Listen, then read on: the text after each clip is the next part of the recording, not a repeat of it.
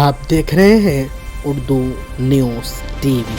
अस्सलाम वालेकुम, आदाब। मैं हूं शफीउल्लाह। लॉकडाउन की अफवाहों की हकीकत, पेट्रोल पंप्स पर अवाम का हुजूम, लोग घबराकर अपनी टैंकें फुल करवा रहे हैं। तफसीलात के मुताबिक इंटरनेट पर एक ऐसी तस्वीर गर्दिश कर रही है जिसमें ये दावा किया जा रहा है कि भारत में एक बार फिर मुकम्मल लॉकडाउन लगाया जा सकता है। तस्वीर में दिखाया गया है कि वज़ीर आज़म नरेंद्र मोदी ने शहरियों को तैयार और अलर्ट रहने का मशवरा दिया है और अवाम से सरकारी हिदायत पर अमल करने की अपील की है।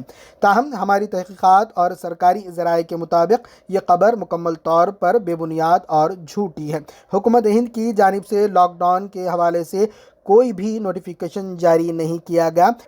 आज 24 मार्च है और ठीक 6 साल पहले 2020 में इसी तारीख को कोरोना के बायस पहला लॉकडाउन लगाया गया था। यही वजह है कि लोग इंटरनेट पर लॉकडाउन 2026 तलाश कर रहे हैं, जिसे कुछ शरपसंद अनासिर गलत रंग दे रहे हैं। पीएम मोदी ने हालिया दिनों में मगरबी एशिया की कशीदा सूरत हाल पर गुफ्तगू करते हुए शहरियों को मुत्तहद और अलर्ट रहने को कहा है, लेकिन इसका लॉकडाउन से कोई ताल्लुक़ नहीं है। हम अपने तमाम नाजरीन से अपील करते हैं कि ऐसी किसी भी तस्वीर या मैसेज पर यकीन ना करें और इसे आगे शेयर करने से गुरेज करें। बावसूख मालूमात के लिए सिर्फ सरकारी चैनल्स और प्रेस इंफॉर्मेशन ब्यूरो PIB की रिपोर्ट्स पर नज़र रखें।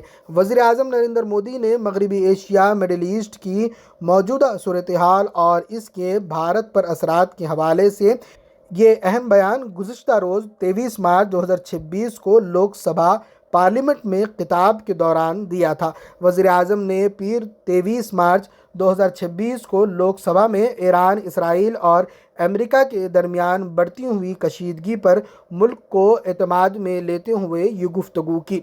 वज़ीर आज़म ने मगरबी एशिया की सूरत हाल को तशवीशनाक करार देते हुए कहा कि इस जंग के आलमी मईशत, तवानाई की सप्लाई, तेल और गैस और तिजारती रास्तों जैसे आबनाए हरमूज पर गहरे असरात मुरतब हो रहे हैं।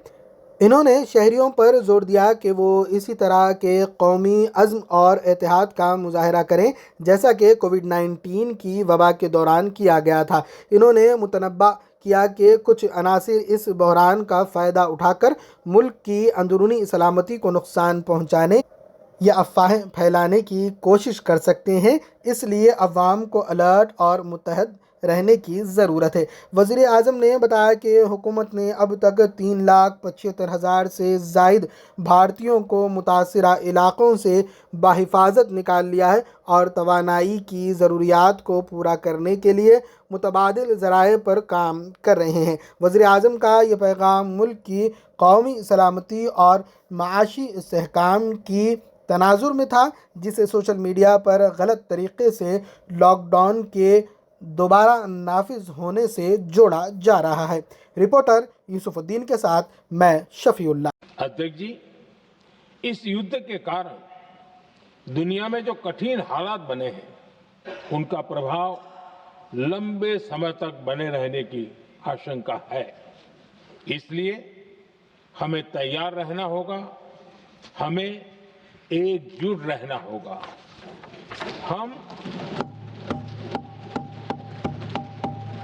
हम कोरोना के समय भी एकजुटता से ऐसी चुनौतियों का सामना कर चुके हैं। अब हमें फिर से उसी तरह तैयार रहने की आवश्यकता है।